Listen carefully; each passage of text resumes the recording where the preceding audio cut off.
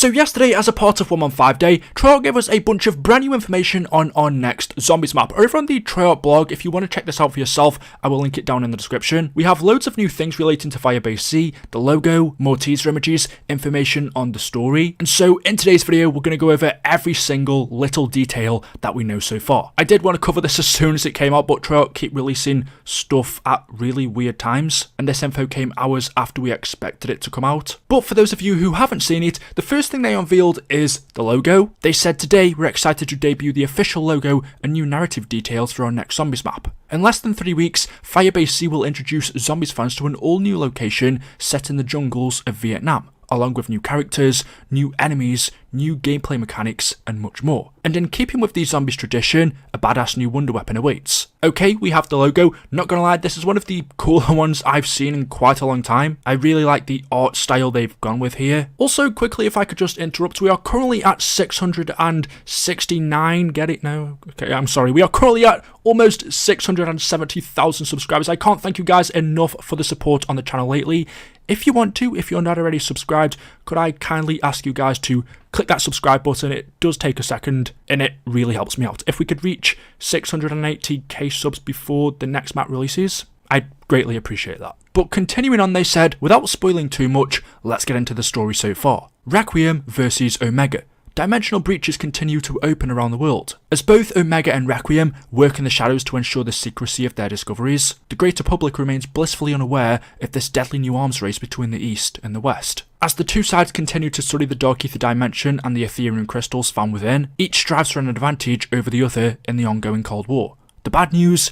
Requiem has fallen behind. Omega Group's newest research outpost represents their resounding success in harnessing Dark Ether technology for their own gains. Equipped with an on-site dimensional gateway, they've acquired the ability to send soldiers and other conscripts into the Dark Ether to harness Ethereum crystals straight from their source. As a result, Omega Group's scientific breakthroughs in the last several months have far surpassed anything Requiem could have imagined. And along with this description, we've got a couple of images. We have this one with some kind of strange looking test tube device being the focal point. I'm not sure what this is. It kind of looks similar to Divestra in D Machine, the device that changes zombies back into people, but clearly it's not. This is something different, and there's something or someone inside of it. And then the second image is this one, where once again we see this strange device. This one's in a different location, and the writing on this picture says, M. Omega Group has developed a new limitless power source, R. Now, in my previous video, we established that R more than likely is someone called Redpol. We've also said there is a possibility that it could be Richtofen, but taking a look at the storyline that we know so far, there is a character called Redpol that has been feeding information to Team Requiem. So I'm thinking R is more than likely this character, but there's still the small chance it could be Richtofen. Right now, all we have is this initial, and M of course is Samantha Maxis. The next bit of information they give us is called Destination Outpost 25. With the destruction of the Project End Station anomaly site in their wake, Weaver and the agents of Requiem turn their attention to a far greater threat, a new Dark Ether outbreak site in Southeast Asia. After learning Agent Maxis has been captured by Omega Group, Weaver deploys Requiem's strike team to infiltrate the facility where she's reportedly being held. Outpost 25. Against all odds, Requiem forces will infiltrate the outpost to rendezvous with an Omega Group informant, save Samantha Maxis, and above all else, survive the new horrors that await them in this abandoned research facility. So that is the story information we have on Firebase C. The actual location is called Outpost 25, similar to how D Machine, the actual location of that map, is called Project End Station. This one is Outpost 25. But the most interesting thing we learn here is Samantha has been captured by the Omega Group and she is being held here. Now what I'm thinking is, surely when we arrive here as Team Requiem, Omega are no longer going to be here. This place is going to be overrun by the undead. But the reason we are going here is to rescue Samantha, and not only her, but her informant as well, who we can only guess is this R character. Samantha did say in one of her previous radios to Team Requiem and D Machine that she was travelling to this facility, so clearly since then she's being captured and being held here. Why? Were they planning to experiment on her or use her for something else? We don't know. This kind of gives me hope that we might get a proper ending cutscene and we'll actually see Samantha along with other characters. She'll be more involved. But the story sounds very interesting. That isn't all we're getting though. Treyarch said in the coming weeks we'll have more Firebase story details, new intel reveals, and the official gameplay trailer to share in the lead up to launch. In the meantime, let's dive into the additional content coming to Zombies as Season 1 continues. First, we have a new perk, which is Tombstone Soda. This was teased quite a while back last year, but we didn't know when we were going to get it. A lot of people suspected it would come at the beginning of Season 2. Originally, that was because we thought we were getting the Zombies map in Season 2, but now it's been pushed forward to Season 1. They said, as we may have not so subtly hinted on New Year's Eve, we're bringing a 7th perk to Black Ops Cold War Zombies alongside the launch of Firebase C, Tombstone Soda. But Treyarch, you ask, what's so new about Tombstone?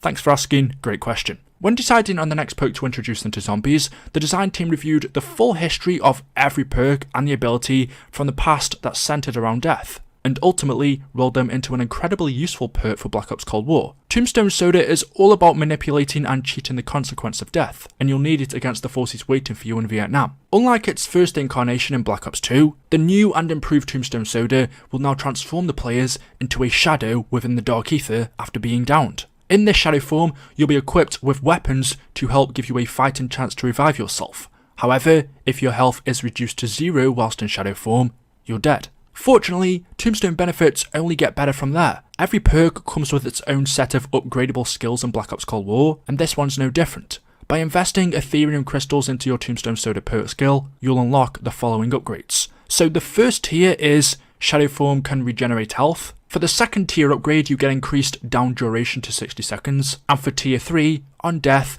drop a Tombstone stash that saves your weapons, equipment, and resources. You'll be able to grab a can from the Tombstone perk machine in Firebase C, and you'll also find it in the Wonderfist machine in D machine on February the 4th. When in doubt, just remember those timeless lyrics, rest in peace, down for the count. So this is very interesting because actually, this also sounds like another perk we are very familiar with in Zombies, and that was Who's Who. This perk, to me, seems to be a mixture of the two, and those perks when they originally came out in Black Ops 2, we saw Who's Who in Die Rise and Tombstone was given to us in Transit. Both of those perks work in a similar way. They revolve around death and allowing you to continue living, also letting you keep your weapons. So the new Tombstone in Black Ops Cold War sounds like a mixture of both of them. The way how it describes allowing you to go into a shadow form in the Dark Ether and then revive yourself is exactly what Who's Who did. When you downed with that perk, you then turned into a ghost of yourself where you had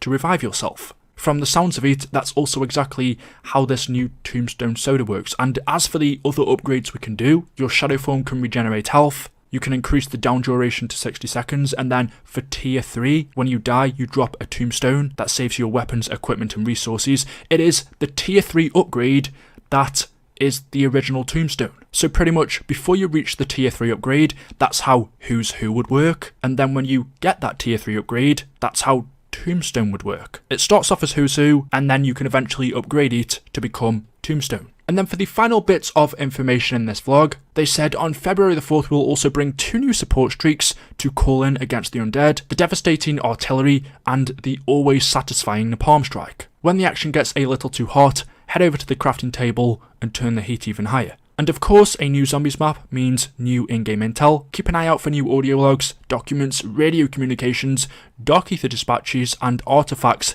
hidden throughout Firebase C. Also, for those of you who are interested, which is actually PlayStation players, we will get a new onslaught map, a new enemy type in the map, and new intel for that as well. So very interesting. That is everything they gave us in this blog. Over the next couple of weeks leading up to the release date, they are going to give us more information on the story and then eventually the trailer. But there we go, that is it. That is all I have for you for today's video. As always, hopefully you have enjoyed. If you have, you know what to do. Drop a like rating, make sure you are subscribed to stay up to date with the latest content on the channel, and I will see you guys in the next video. Until then, goodbye.